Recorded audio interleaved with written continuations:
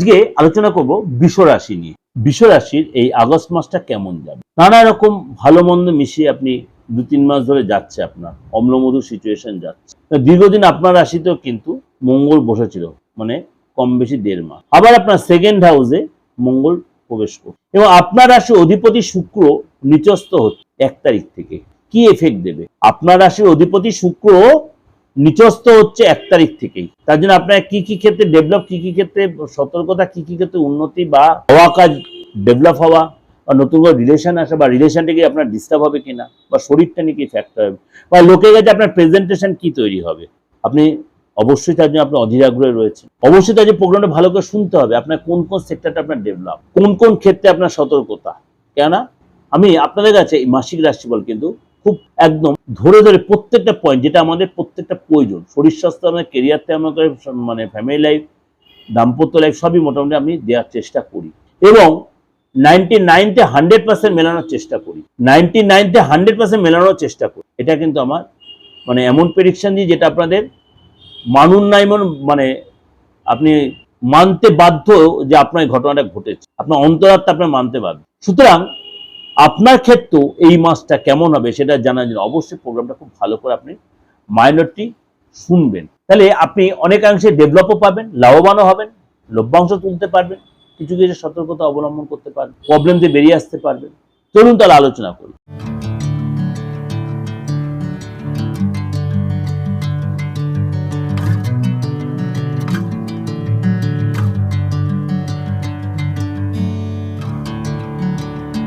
নমস্কার।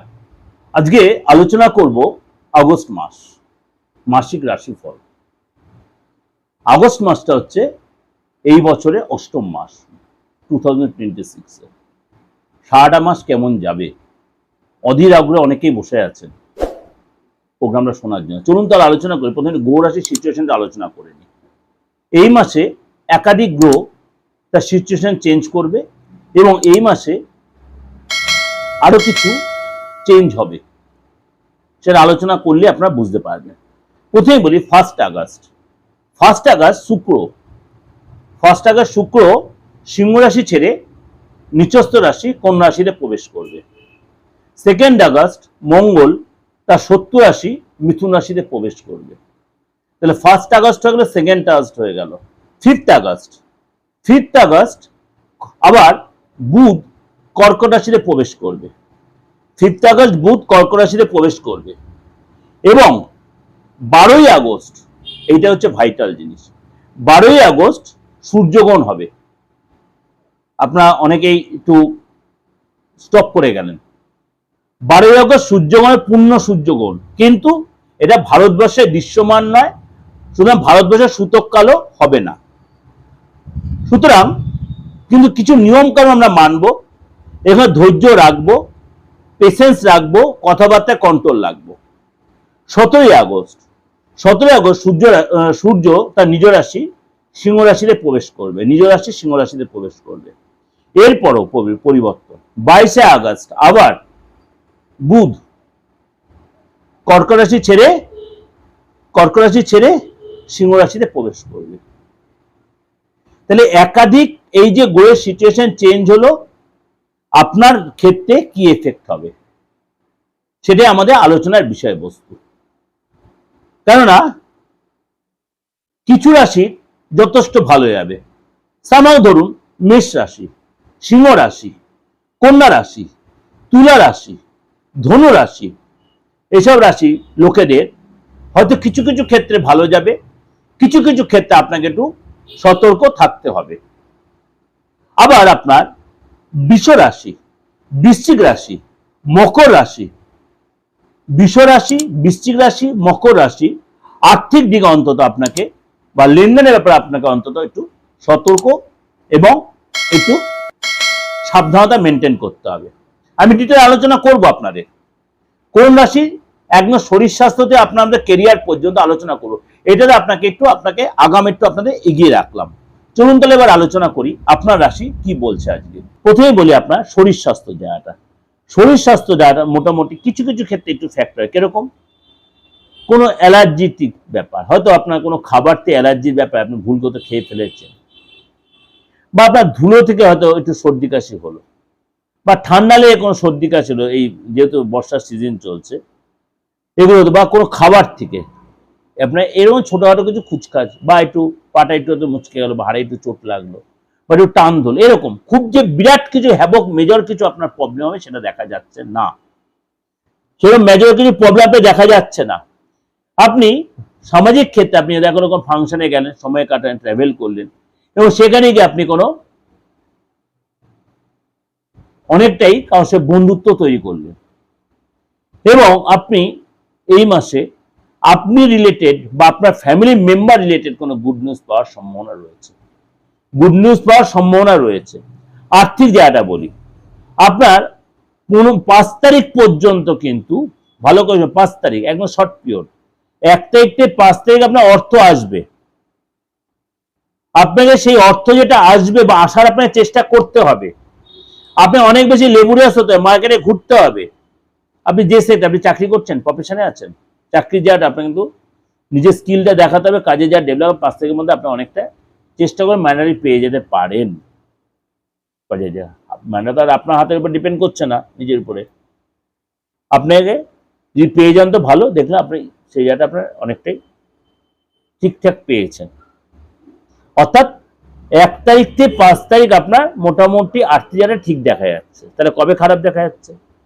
ঠিক আপনার 6 তারিখ থেকে বা 5 তারিখ থেকে যখন বুধ কর্কট রাশিতে গমন করবে, তখন কিন্তু আর্থিক জায়গা আস্তে আস্তে আপনার চাপের জায়গা, তার সঙ্গে সঙ্গে চাপ হবে না, আপনাকে ফিল করাবে, রিয়েলাইজ করবে আর্থিক। আপনি কিন্তু সেভিংসটা ধরে রাখার চেষ্টা করবেন, আননেসেসারি খরচ অ্যাভয়েড করবেন, ধার দেওয়ার ব্যাপারে অ্যাভয়েড করবেন, যে কোনো ডিল যেগুলো করেছেন চেষ্টা করবেন সেগুলো ধরে রাখার, নাহলে সেগুলো হয়তো ভুল কোনো কারণে আপনার ক্যান্সেল হয়ে যেতে পারে, অর্থ লস হতে পারে, যদি আপনার সন্তান থেকে বা ছোট ভাই বোন তাদের পেছনে খরচ হতে পারে, বা আমার হেলথের জন্য খরচ হতে পারে, পরিবারের কোনো রিপেয়ার ইনভেস্টমেন্ট পারপাসে আপনাকে খরচ। কবে এটা?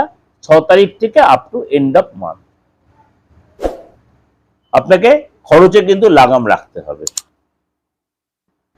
ফ্যামিলি লাইফটা বলি, ফ্যামিলিতে কিন্তু আপনার খরচ হবে। কিরকম খরচ হবে?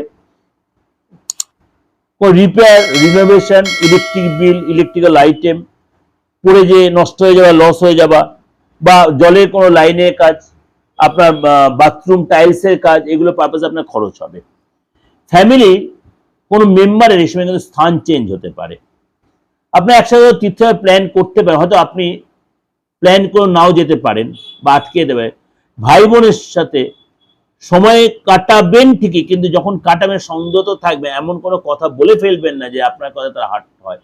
রিলেশনে যেটা গুড নিউজ তৈরি হবে, ভাই বোনদের কোনো গুড নিউজ পাবেন ঠিক, কিন্তু এমন কোনো কথা যেন তারা হার্টেস্ট হতে পারে, অর্থাৎ আঘাত পেতে পারে, সেটা সতর্ক থাকবে।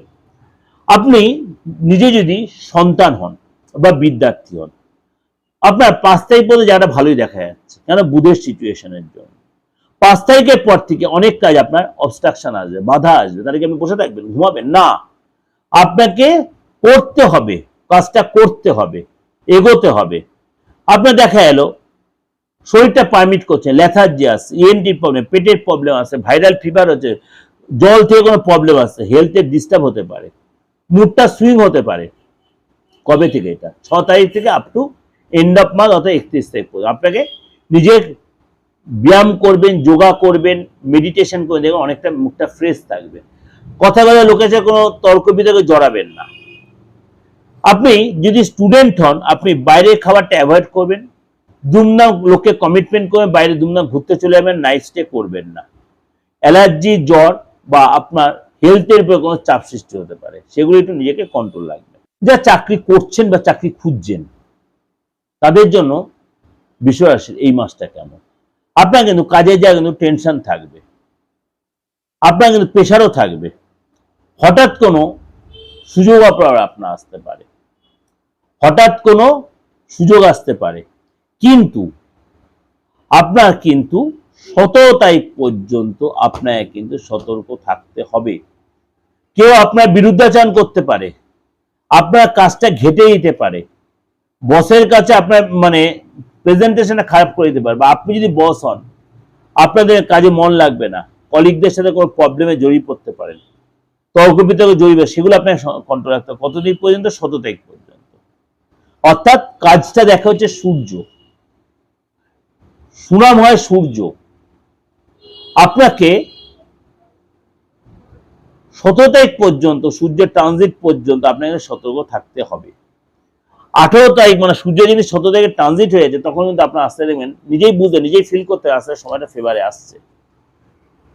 বস আপনাকে যে মানে কুনজরে দেখছে বা আপনার প্রতি একটা অপ্রসন্ন ছিল, সেটা ঠিক হবে।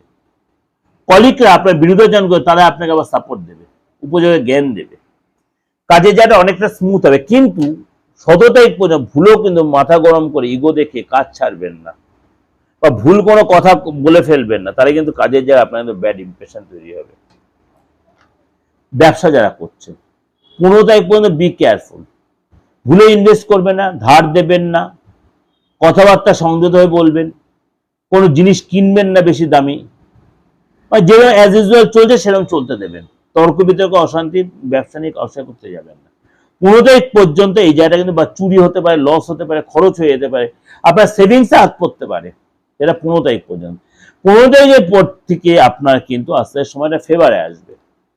ফেভারে আসবে আপনি একদম রাজা হয়ে যাবেন তা না, যে অবস্ট্রাকশন গুলো হচ্ছিল সেটা অনেকটা কাটিয়ে উঠতে পারবেন, নিজে একটা পজিটিভ ফিল করতে পারবেন, নতুন নতুন অর্ডার আসবে, পুরনো ক্লায়েন্টরা ফিরবে, আপনি নিজে বুঝবেন যে আপনার সময়টা ফিরছে।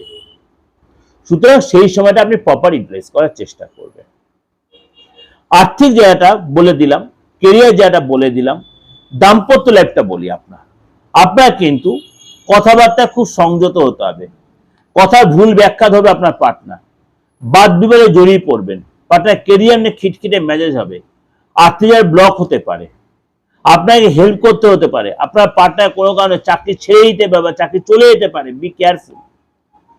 এইসব আপনার পার্টনার ইগো বাড়বে, মাথাটা গরম হবে, আননেসেসারি চিচ্ছে মেজাজ হবে, এবং রিলেশনের জায়গাটা কিন্তু আপনার প্রচন্ড চাপে থাকবে। সেটা 10 তারিখ পর্যন্ত। 11 তারিখের পর থেকে কিন্তু আপনাকে মানে একটু চাপে থাকবেন। 11 তারিখের পর থেকে আপনাকে আরো সাবধানে থাকতে হবে, বিশেষ করে কথাবার্তায় তর্ক বিতর্ক এড়িয়ে চলেন 15 তারিখ পর্যন্ত। আস্তে আস্তে সেটা ঠিক হয় 15 তারিখের পর থেকে। অর্থাৎ সারাটা মাসে আপনার মধ্যে একটা টেনশন থাকবে, কিন্তু কিছুটা আপনি হলেও রিল্যাক্স বা রিলিফ পাবেন। কিন্তু হেভি রিলিফ পাবেন তাহলে হাতছাড়া করে বা আপনি কোনো ভুল কথা বলে ফেললেন, রিলেশন যেটা নষ্ট হয়ে যাবে। যারা বিবাহিত, বিষয়াসী যারা বিবাহিত, তাদের হেলথ কিন্তু মোটামুটি ঠিকই দেখা যাচ্ছে, কিন্তু আপনার গাড়ির পারপাসে, ফ্যামিলির পারপাসে, ইলেকট্রনিক আইটেম পারপাসে আপনার খরচ হবে, কিন্তু লস হবে। কিন্তু আপনি এই সময় ভুলে ইনভেস্ট করবেন না, কাউকে টাকা ধার দেবেন না। রিলেশনের জায়গাটা কিন্তু আপনাকে অ্যাডজাস্ট করে কম্প্রোমাইজ করে চললে আপনি কিন্তু সেটা নর্মালি মেনটেন করতে পারবেন।